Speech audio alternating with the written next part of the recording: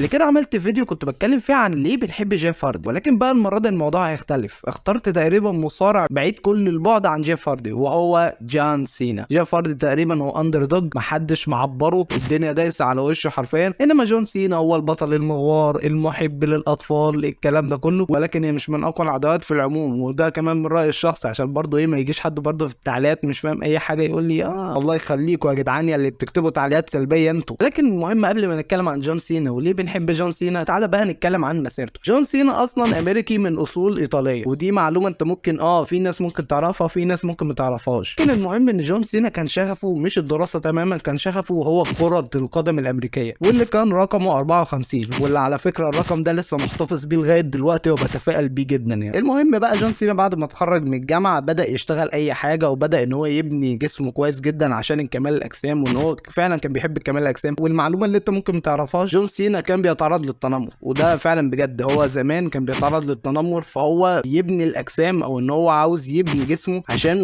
ما حدش يتعرض له او حاجه، ودي بتبقى اسلوب دفاع منه يعني. المهم ان هو فتره من الفترات كان بيشتغل سواق تاكسي، ولكن في سنه 1999 بدا يخش عالم المصارعه عن طريق اتحاد اليو بي دبليو. بدا هناك يعمل كاركتر غريب جدا يا جماعه، ان هو كاركتر ان هو ليه روبوت والكلام ده كله اللي انت بتشوفوه في تيكن، اللي هو اللي كان شعره اصفر كده. المهم ان فضل في الاتحاد ده تقريبا سنه او سنتين لغايه لما جت سنه 2002 وراح الاو في دبليو، ايوه المكان التطويري للدبليو دبليو. جون سينا ما كانش مؤدي جامد في الاتحاد ده، هو كسب باللقب بتاعت الاو في دبليو، ولكن كان في فتره مفصليه هتغير حياه جون سينا للابد، وهو يوم 27 يونيو 2002 لما كيرت انجل اعلن عن مباراه مفتوحه لاي حد ممكن يشوف ان هو هيواجه كيرت انجل، ولكن المفاجاه ان هو هيواجه جون سينا الشاب اللي هو لسه جديد من الاو في دبليو والصاعد. جون سينا خسر في الماتش ده، ولكن كانت حاجه مفصليه هيفرق مع جون سينا بعد كده في المستقبل. ونبتدي هنا بقى من سنه 2002 لسنه 2004 نبتدي نتكلم عن شخصيه جون سينا الرابر، اللي انا بالنسبه لي انا بحب جدا الشخصيه دي من جون سينا. سيبك من الشخصيه السوبرمانيه اللي هو اتشهر عندنا في مصر ده، بس انا فعلا كنت بحب الشخصيه بتاعت الرابر ده جدا. اول فتره بتاعت 2002 ل 2004 هو كان ميد كارت ما كانش بيكسب الالقاب اللي هي الجامده يعني، ولكن كان بصراحه كان عنده كاريزما وكان فعلا كويس على المايك. جون سينا اثبت لنا ان هو مش جسمي بس، لا هو بيعرف يتكلم على فكره في المايك عادي. ولكن بقى تعالى نخش على فتره مفصليه في كارير جون سينا، وهو سنه 2005 بروك ليزنر وقتها كان مشي من الدبليو دبليو اي وراح يلعب كره قدم امريكيه، بس فشل فيها في الاخر. بعد كده راح نيو جابان برو راسلينج، وفينس ماكمان حرفيا كان بيتنطط، كان عاوز اي بطل، لان البطل بتاعه بروك ليزنر مشي اصلا من الدبليو دبليو اي، لان هو يعتبر كان البطل الاول في الاتحاد بتاعه. ولكن فينس بقى قرر ان هو يصعد 3 ابطال كانوا ميد كارد ما عدا راندي اورتون. بصراحه يعني بالنسبه لي ما كانش ميد كارد قوي يعني في الفتره دي، كان ليه وزنه برضه. كان المفروض باتيستا وجون سينا وراندي اورتون كان هم دول الثلاثه اللي المفروض فينس ماكمان بيجهزهم عشان يبقوا وجهه الشركه. وبالمناسبه راندي اورتون كان المفروض هو يكسر السلسله بتاعت اندرتيكر، ولكن راندي اورتون رفض، زي ما ايدج برضه رفض انه يكسر سلسله الاندرتيكر. دخل وقتها جون سينا في عداوه مع جي بي ال، وكان يعني العداوه كويسه، كانت تمشي الحال بالنسبه لشخص ميد كارت وعاوز يصعد لان هو يبقى ياخد اللي هو لقب الدبليو دبليو. جي بي ال وقتها كان واخد اللقب لفتره طويله جدا، وان هم يتواجهوا هم الاثنين في راسل مانيا، فبصراحه لا هم كانوا مرتبين على جون سينا قوي. فعشان كده زي ما انتم عارفين النتيجه جون سينا كسب على جي بي ال واتوج بحزام الدبليو دبليو لاول مره في مسيرته. من بعدها جون سينا ما بقاش جون سينا اللي احنا نعرفه يعني. من فتره 2005 لغايه 2007 كان مشهور كان محبوب، ولكن في سنه 2006 بالتحديد لما كان في عداوه مع كريس جيريكو الناس بدات تكرهه، والناس بدات تحس ان ايه ده فينس ماكمان فارض جون سينا علينا زي ما هم كده بالظبط فارضين رومان رينز علينا. فالموضوع كان يضايق. بصوا يا جماعه عشان بس تبقوا فاهمين، انا ما عنديش مانع برومان رينز، انا مش بتضايق منه للدرجه دي على فكره. اصل اقول لكم على حاجه، انا معلش انا رومان رينز ايه وانا ايه يعني عادي، انا ايه يعني، بس هو المشكله ان هم فارضين رومان رينز عليك حرفيا، اللي هو ايه انت هتحبه وهيبقى بطل وهيبقى الاسكا تشيف بتاعك. لا انا معلش انا مش بهيمه بتفرج، انا البطل بتاعي كذا، ما تقوليش ان رومان رينز هو اللي هيبقى البطل وهو اللي هيبقى الاسكا تشيف وهو اللي مش عارفه ايه. وطبعا بقول اسكا تشيف بهزر عشان بس الناس اللي في التعليقات المتوحده اللي هيجي في التعليقات، على فكره بقى اسمه ترايبل تشيف، عشان بس انا عارفهم والله واحد عارف الناس اللي بتكتب تعليقات سلبيه دي. المهم فتره 2005 لغايه 2007، والناس اللي كانت ما تعرفش اللي هو وقتها عرض الاي سي دبليو اللي حرفيا الجمهور كله كان متفق على حاجه واحده بس، اللي احنا نكره جون سينا، وان هم فعلا كان الجمهور كله بتوع الاي سي دبليو في القاعه كانوا كارهين جون سينا جدا، دخل سفوه حرفيا سفوه لغايه لما روب فان دام كسب باللقب، وبعديها كسب بلقب الولايات. وبعد كده بقى نخش على سنه 2007 لما دخل في عداوه مع شون مايكل. الناس حرفيا ما كانتش راضيه عن العداوه دي لدرجه ان العرض كله كان حلو. راس المنيا على فكره بتاع 2007 كان حلو، ولكن المين ايفنت الوحيد ان الناس ما كانتش راضيه عنه. الموضوع بالظبط كان عامل زي مثلا ماتش رومان رينز وتريبل اتش في راس المنيا بتاع 32، ما حدش كان راضي عن الماتش ده خالص. وبعد كده بقى نخش في محطه تانية في حياته من سنه 2008 لغايه سنه 2011. جون سينا ما بقاش جون سينا برضه، بدا يغير شخصيته واحده واحده، شغل السلاسل كل ده بح. انا هعمل لك شخصيه طفوليه جدا ومش عارف ايه يو كان سي مي واو بتاع. انا عارف ان الشخصيه بتاعت جون سينا الكرتونيه اتشهرت في مصر والناس كلها كانت بتحبه في مصر وكل حاجه، ولكن بالنسبه لي كان اسخف شخصيه انت ممكن تشوفها لجون سينا. انا بالنسبه لي انا بحب قوي المصارعه الجديه، ما بحبش خالص المصارعه لما تبقى كرتونيه بالشكل ده. من فتره 2009 لغايه 2011 الفتره دي كانت كئيبه جدا على الدبليو دبليو اي. الناس كلها حرفيا ما كانتش بتحب المصارعه، او وقتها ما كانوش مهتمين بالمصارعه، او ناس كانت بتتابع وبعد كده خرجت عن المصارعه قالوا ايه ده هو شكلها فينس كده هو اللي مسيطر على المجال خلاص كده. لغايه لما ايه اللي حصل 2011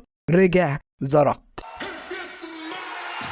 الناس كلها وقتها كان اللي هو ايه ده ذا روك رجع تاني وبتاع، عشان طبعا يجيبوا مشاهدات يعني عادي يعني، عشان يروجوا للراسل مانيا اللي جايه اللي هي وقتها كان راسل مانيا 27. الراسل مانيا 27 على فكره كان المفروض يطلع منه حاجه حلوه، بس المشكله ان ايه اللي حصل، المين ايفنت ما كانش ليه اي 30 لازمه. الماتشات كلها او اغلبها يعني حتى ماتش سي ام بانك وراندي اورتن كنت فاكر ان الماتش هيبقى حلو، طلع ان الماتش بطيء. مش هقدر اقول لك ان هي ماتش مش وحش، وتقريبا اللي انت ممكن تطلع منه من العرض ده هو ماتش تريبل اتش واندرتيكر. طبعا قدموا ملحمه في الماتش ده، يعني انا بالنسبه لي الماتش ده كان احسن من الماتش بتاع 28 كان بيركز قوي على القصه.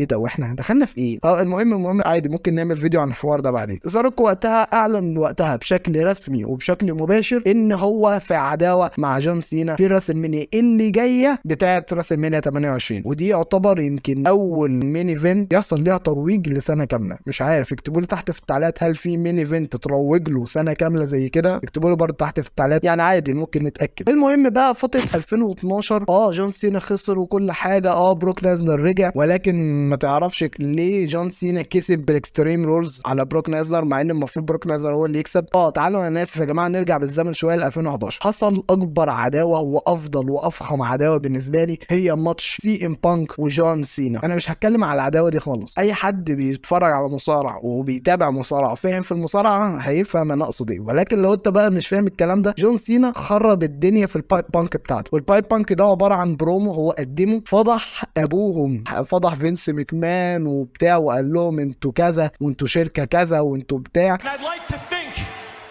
that maybe this company will be better after Vince McMahon's death. والمفروض ايه؟ المفروض ان سي ام بانك على فكره كان عقده هيخلص، واتحددت ماتش ما بينهم في الماني ان ذا بانك، وكان الماتش فخم. سي ام بانك كان شايل الماتش حرفيا. جون سينا كان بيجاريه شويه، ولكن لا، سي ام بانك هو اللي كان شايل الماتش. الجمهور برضو اضاف للماتش ده اضافه جامده جدا.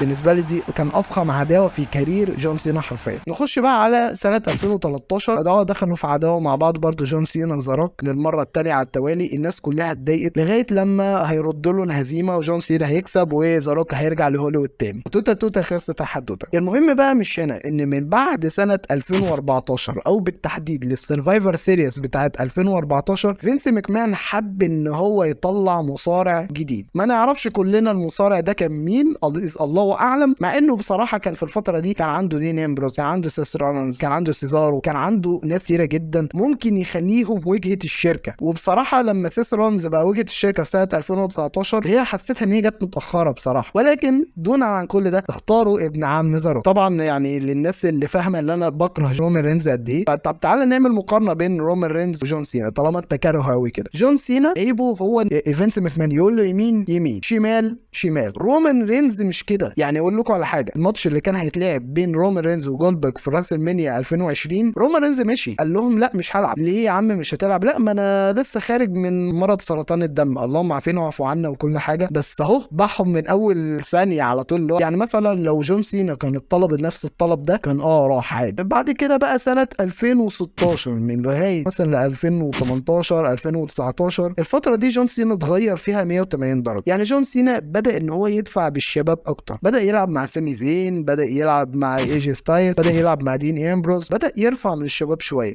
انت ممكن تكون متضايق منه من ساعه النكسس وان هو دفن النكسس تقريبا كلهم واحد واحد حرفيا في سنه 2010. تعالوا نحسبها ان جون سينا وقتها كان بارت تايمر وقتها، وانت المفروض شغلتك كبارت تايمر ان انت تصعد بالشباب، ان انت تخلي الشباب يعني انت ما تدفنهمش. فبس هو ده اللي حصل او ده الكارير بتاع جون سينا. وبصراحه كنت سعيد جدا جدا جدا لما لقيت جون سينا في راس المينيا بتاعت 2019 بس الشخصيه بتاعته الرابر، وان هو رجعنا من النوستالجيا شويه. وبصراحه كنت فرحان جدا. راس المينيا عموما بتاعت 2019 كانت لطيفه، يمكن اكبر سلبيه فيها بصراحه هي ماتش تريبل اتش وباتيستا. ما كنتش فاهم الماتش ده هو عاوز ايه بالظبط. انا اسف جدا لا بتفرع في كذا حاجه بس ببقى جوايا حاجات والله عايز اتكلم عنها. طب ماشي، تعالوا بقى نتكلم في حته مهمه جدا. احنا ليه بنحب جون سينا؟ اولا كده عشان مربوط بنوستالجيا احنا عشناها قبل كده. اي واحد كان بيلبس برمودا في الفتره بتاعت ايام ما كنا في المدرسه وكده كان بالنسبه لنا الواد ده جون سينا. الواد ده كان اكتشاف. يا سلام بقى لو على كاب، يا لهوي انت كده لابس على الموضه يابا. كنت وقتها كنت بلبس برمودا وكنت بلبس كاب وتيشيرت نص كم، بس للاسف التيشيرت ما كانش مرسوم عليها يو كان سي مي وحاجات زي كده، والحاجات اللي هي العراقه اللي هو بيلبسها والكلام ده كله. جون سينا مش هننسى له حته ان هو التكريمات واللي هي يعتبر بيتبرع للمستشفيات والكلام ده كله، ساعد الاطفال الصغيرين، الناس اللي عندهم توحد والناس اللي عندهم مش عارف ايه. يعني جون سينا انساني جدا يعني. جون سينا مش مصارع بس، جون سينا مقدم برامج وبيمثل كل حاجه، فهو مرن. هو تحس ان هو ممثل ومصارع وكل حاجه. انت ممكن تحبه في اي شكل من الاشكال. انت ممكن لو مش حبه كمصارع انت ممكن تحبه كممثل، مش ممثل ممكن تحبه كمقدم برامج، يعني عادي. هو جون سينا دايس في كل حاجه. والحاجه دي اتعلمها من ذا روك قبل كده، نصحه النصيحه دي ان هو لازم يتجه لهوليوود والكلام ده. وبصراحه جون سينا ده اللي منجح. الحاجه الثانيه ان هو قبل ما بيلعب ماتش او حاجه بياكل اللبان اللي هو النعناع، يفضل كابس بقه بيها عشان ما يضايقش المصارع اللي قدامه اللي بيلعب قصاده. ودي بصراحه حاجه احترمها جدا لجون سينا. والحاجه الثالثه اللي ممكن تخليني احترم جون سينا بالنسبه لي وخليني احب جون سينا، هو قبل كده كان في سنه 2012 في الاسلامي ووردز توزيع الجوائز يعني للمصارعين. قبل كده ريك فلير كان المفروض بيقول ان جون سينا هو اللي هيكسب، هياخد الجائزه بتاع احسن مصارع سنه 2012. الناس كلها بدات تستهجمه واللي هو ايه القرف ده وبتاع والكلام ده كله. ولكن رينز بقى لا، هو حصل له قبل كده مرتين وسبحان الله برضو ما عادي. اللي هو مثلا ما بيتكسفش على دمه، اللي هو ايه ده دي الناس بتكرهني. انا عندي يا جماعه عداوه ازليه بيني وبين رومان رينز، فمحدش يكلمني في الحوار ده بعد اذنك. وغيره وغيره وغيره من الاعمال الخيريه اللي جون سينا بيعملها. انا في الاول كنت بكره جون سينا، ولكن لما بحضر للفيديو ده حسيت فعلا ان انا كنت ظالم جون سينا شويه. زي ما في ناس هتقول لي دلوقتي انت ظالم رومان رينز وبتاع. ماشي يا عم، انا ممكن ابقى اشوف حاجات ليه، مع ان على فكره انا حافظه، انا حضرته من سنه 2015 بس تبقى فاهمين، عشان ما حدش بقى يجي لي اندر ايدج يقول لي لا مش عارف ايه رومان رينز ده عمك والكلام ده. وبس كده. قول لنا تحت في التعليقات هل انت فعلا بتحب جون سينا ولا ما بتحبش جون سينا؟ وهل انت لو بتحب جون سينا بجد قول لي موقف هو عمله او حاجه هو عملها خلاك فعلا تحب جون سينا من جواك، واللي هو ايه ده انسان، او ان هو كويس جدا والكلام ده كله. شكرا جدا جدا على المتابعه، واشترك معايا في القناه، واي اقتراحات اكتب لها تحت في التعليقات، واشوفكم في الفيديو. ايه ده؟ هو انا سمعت حاجه ولا متهيألي؟ المهم اشوفكم الفيديو الجاي. في ايه؟ هو في حاجه انا سامعها انا لوحدي ولا ايه؟ المهم اشوفكم الفيديو الجاي. سلام.